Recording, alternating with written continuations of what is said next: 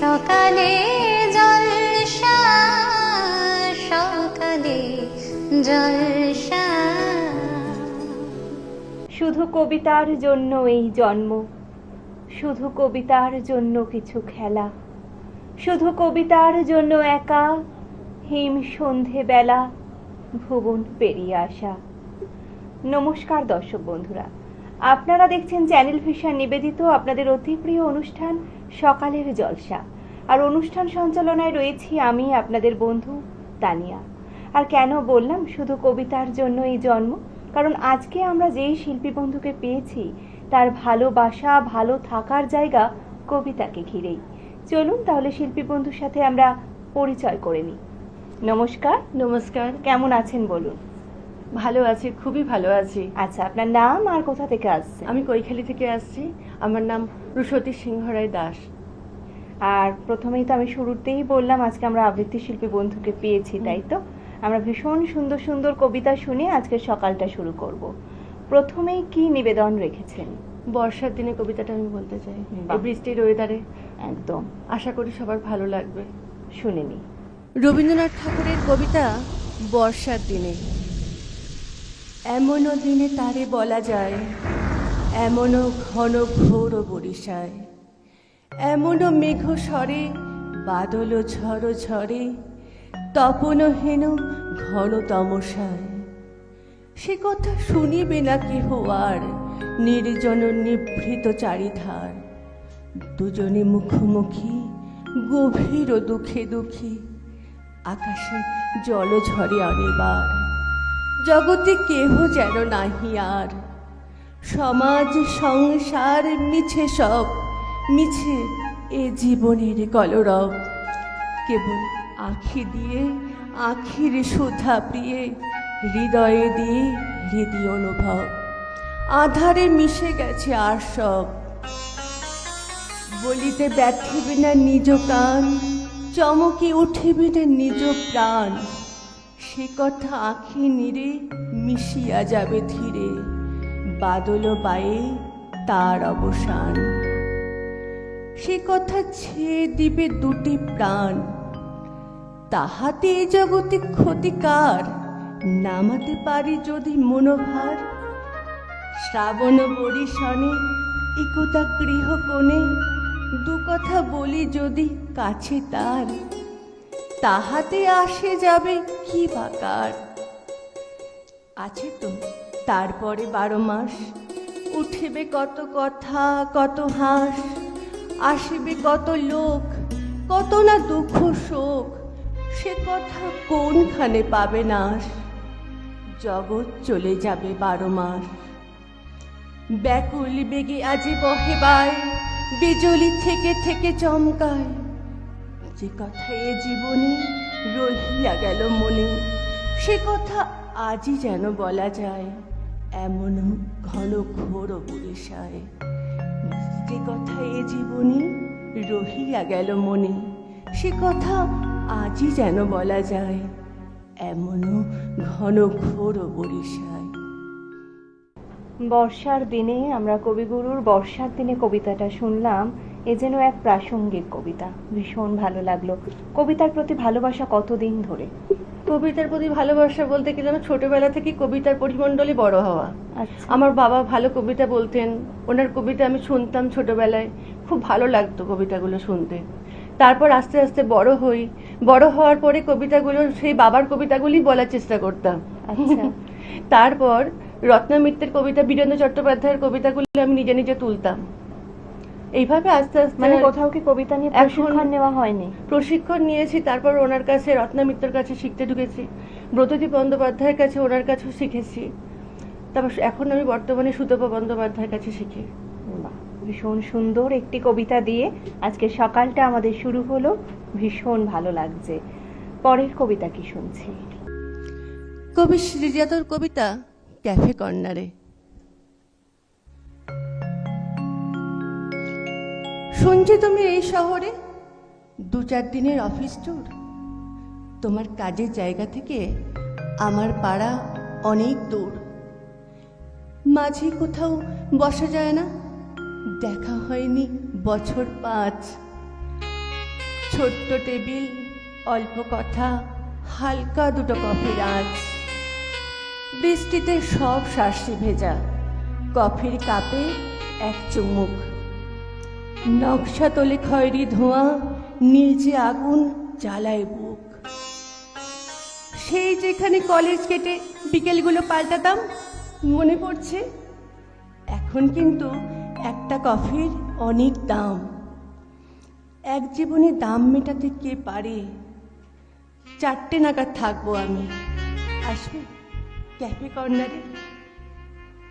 এক জীবনের দাম মেটাতে কে পারে? 4টে নাগাদ থাকবো আমি, আসবে ক্যাফে কর্নারে? ভীষণ পছন্দের কবি শ্রীজাত, আর তার কবিতা অসাধারণভাবে আপনি আমাদের সাথে পরিবেশনা করলেন। ভীষণ ভালো লাগলো। দিদি, বাড়িতে কে কে আছে? বাড়িতে আমার হাজবেন্ড, আমার ছেলে। তারা কি বলছেন এই কবিতা শুনে আপনার? তারা আমাকে এনকারেজ করে কবিতা বলাতে, তারা আমার সঙ্গেও এসেছে। বাহ, ভীষণ ভালো। খুব ভালো লাগছে আমাদের আজকের সকালটা। পরের কবিতা আপনি কি শোনাচ্ছেন? পাহাড় চূড়া। বাহ, আরো একটি সুন্দর কবিতা। মানে কবিতা নির্বাচনগুলো সত্যিই ভীষণ সুন্দর থ্যাংক ইউ, হয়েছে। আমারও খুব ভালো লাগছে। অনেক দিন থেকেই আমার একটা পাহাড় কেনার শখ, কিন্তু পাহাড় কে বিক্রি করে তা জানি না। যদি তার দেখা পেতাম, দামের জন্য আটকাতো না। আমার নিজস্ব একটা নদী আছে, সেটা দিয়ে দিতাম পাহাড়টার বদলে। কে না জানে পাহাড়ের চেয়ে নদীর দামই বেশি। পাহাড় স্নানু, নদী বহমান, তবু আমি নদীর বদলে পাহাড়টাই কিনতাম। নদীটা অবশ্য কিনেছিলাম ছোট্ট একটা দ্বীপের বদলে। ছেলেবেলায় আমার বেশ ছোট্ট খাট্ট ছিমছাম একটা দ্বীপ ছিল, সেখানে অসংখ্য প্রজাপতি। শৈশবে দ্বীপটি আমার বড় প্রিয় ছিল। আমার যৌবনে দ্বীপটি আমার কাছে মাপে ছোট লাগলো। প্রবাহমান ছিপছিপে তন্ডী নদীটি বেশ পছন্দ হলো আমার। বন্ধুরা বলল, এইটুকু একটা দ্বীপের বিনিময়ে এত বড় নদী পেয়েছিস, খুব জিতেছিস তো। তখন জয়ের আনন্দে আমি বিহ্বল হতাম। খুব ভালোবাসতাম নদীটিকে। নদী আমার অনেক প্রশ্নের উত্তর দিত, যেমন, বলো তো আজ সন্ধ্যেবেলা বৃষ্টি হবে কিনা? সে বলতো, আজ দক্ষিণে গরম হাওয়া, শুধু একটি ছোট্ট দ্বীপে বৃষ্টি। সেটি প্রবল বৃষ্টি, যেন একটা উৎসব। আমি সেই দ্বীপে আর যেতে পারি না। সে জানতো, সবাই জানে, শৈশবে আর ফেরা যায় না। এখন আমি একটা পাহাড় কিনতে চাই। সেই পাহাড়ের পায়ের কাছে থাকবে অরণ্য। আমি সেই অরণ্য পার হয়ে যাব। তারপর শুধু রুক্ষ কঠিন পাহাড়, একেবারে চূড়ায় মাথার ঠিক কাছে আকাশ, নিচে বিপুলা পৃথিবী, চরাচরের তীব্র নির্জনতা। আমার কণ্ঠস্বর সেখানে কেউ শুনতে পাবে না। আমি শুধু 10 দিককে উদ্দেশ্য করে বলবো, প্রত্যেক মানুষই অহংকারী। এখানে আমি একা। এখানে আমার কোনো অহংকার নেই। এখানে জয়ী হবার বদলে ক্ষমা চাইতে ভালো লাগে। হে 10 দিক, আমি কোনো দোষ করিনি, আমাকে ক্ষমা করো। আমি কোনো দোষ করিনি, আমাকে ক্ষমা করো। যত শুনছি ততই আপ্লুত হচ্ছি। অসাধারণ, মানে যে কটি কবিতা শুনলাম ভীষণ ভালো লাগলো। আশা করি আমার দর্শক বন্ধুদেরও ঠিক ততটাই ভালো লাগছে। কোন কবির কবিতা পড়তে আপনার সব থেকে ভালো লাগে? আমার বলতে, আমি প্রথম আমার কবিতা জীবনের শুরু বীরেন্দ্র চট্টোপাধ্যায় দিয়ে। তারপর ওটা আমি খুব ছোটবেলায় বলতাম, বীরেন্দ্র চট্টোপাধ্যায়ের কবিতা, হওয়া না হওয়ার গল্প, এইসব। তারপরে রবীন্দ্রনাথ ঠাকুরের কবিতা আমার খুব ভালো লাগে। রবীন্দ্রনাথ ঠাকুরকে ছাড়া তো আমরা প্রায় অসম্পূর্ণ। না। তারপরে শ্রীজাতর কবিতা ভালো লাগে। আধুনিক কবিতা? হ্যাঁ, আধুনিক কবিতাগুলো খুবই ভালো লাগে।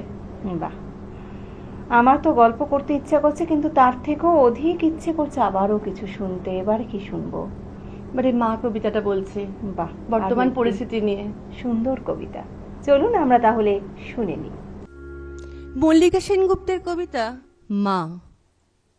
মা শুনলে ভেসে ওঠে সিঁদুরের টিপ, লাল পেড়ে শাড়ি, কোলে দুধের সন্তান, যামিনী রায়ের ছবি। সে তো তুমি নও, কোথায় লুকিয়ে আছো অন্তরালে রক্ত মাংসময়ী। মা হওয়া মুখের কথা নয়, হাসি মুখে টিপটপ সেজে যিনি ঠিক বেছে নেন শিশুযোগ্য হরলিক্স, বেবি সব পণ্য রাশি রাশি। সে তো শুধু বিজ্ঞাপন, টিংটং স্বপ্নের বাজার। শিশুর আঙুল ধরে মা চলেছে স্কুলে স্কুলে, মুখ ধোয়া, ছুঁচু করা, পেন্সিল কেনা, মা চলেছে। বাবা শুধু মাঝে মাঝে নিয়ে যায় চিড়িয়াখানায়, প্রতি মায়ের মুখে খুঁজে দেখি জননী তোমাকে। হাসি মুখে সব সয় সেই তো জননী। কে বলেছে সব সইবার দায় শুধুই মায়ের? মাতৃত্ব মহান যদি, কুমারী মায়ের গায়ে ঢিল কে মেরেছে? ডাস্টবিনে কার শিশু কুকুরের স্নেহে বেঁচে ওঠে? মায়ের গা থেকে যত অতি কথা, কবিতা, কল্পনা পলিস্তারা খুলে ফেলে দেখো, তারও রক্তে উত্তাপ, তারও বুকে ধক ধক করে হৃদরোগ, প্রণয়ের ভাষা। মাতৃহত্যা মনে পড়ে ওয়েস্টেজ পরশুরামের। জঠরে দেব কি তুমি, পালনে যশোদা হতে হবে। গার্ডিয়ানশিপ তবু এই রাষ্ট্র তোমাকে দিল না। মায়ের পেটের মধ্যে 9 মাস 9 দিন হোমোসেপিয়েন্সগুলি বেড়ে উঠে ফুলে যায় তাকে। মা শুনলে ভেসে ওঠে সিঁদুরের টিপ, লাল পেড়ে শাড়ি, কোলে দুধের সন্তান। মা হওয়া মুখের কথা নয়। আবারও ভীষণ প্রাসঙ্গিক একটি কবিতা আমরা শুনলাম, ভীষণ ভালো লাগলো। সত্যি মা ছাড়া আমরা প্রায় অচল, তাই না? ভীষণ সুন্দর কবিতা শুনলাম। আর দিদি, চ্যানেল ভিশনের পর্দায় সকালের জলসা অনুষ্ঠানে এসে কেমন লাগছে? খুবই ভালো লাগছে, আমি তো আপ্লুত। আমাদেরও ভীষণ ভালো ভালো লাগছে। লাগছে, সবাইকেই খুব ভালো লাগছে। সবার সঙ্গে আলাপ করে কথা বলে খুবই ভালো লাগছে। আর আমাকে চ্যানেল ভিশনে আমাকে সিলেক্ট করার জন্য আমি খুবই কৃতজ্ঞ। খুবই সবাইকে ধন্যবাদ জানাচ্ছি। আমার তো ভীষণ ভালো লাগলো। আমি তো মানে শান্তভাবে শুধু কবিতাগুলো শুনছিলাম, ভীষণ ভালো লাগলো। আর 4টে কবিতাই সিলেকশন তো প্রথমেই বললাম অসাধারণ হয়েছে। আর সঙ্গতে এতক্ষণ ছিলেন অংশুদা। অনেক ধন্যবাদ দাদা। সকালে জলসার পক্ষ থেকে আপনার হাতে তুলে দেওয়া হলো এই সম্মাননা পত্রটি। বালুকাবেলা টুরিস্ট ক্যাম্পের পক্ষ থেকে রইল গিফট ভাউচার। থ্যাংক ইউ, সবাইকে অনেক অনেক ধন্যবাদ। রইল এই স্মারকটি। ভালো থাকবেন, এভাবেই কবিতার সাথে থাকবেন, পাশে থাকবেন, অসাধারণ কণ্ঠ যত্ন নেবেন, এইটুকুই বলার। Thank you. আপনিও ভালো থাকবেন, সবাই ভালো থাকবেন।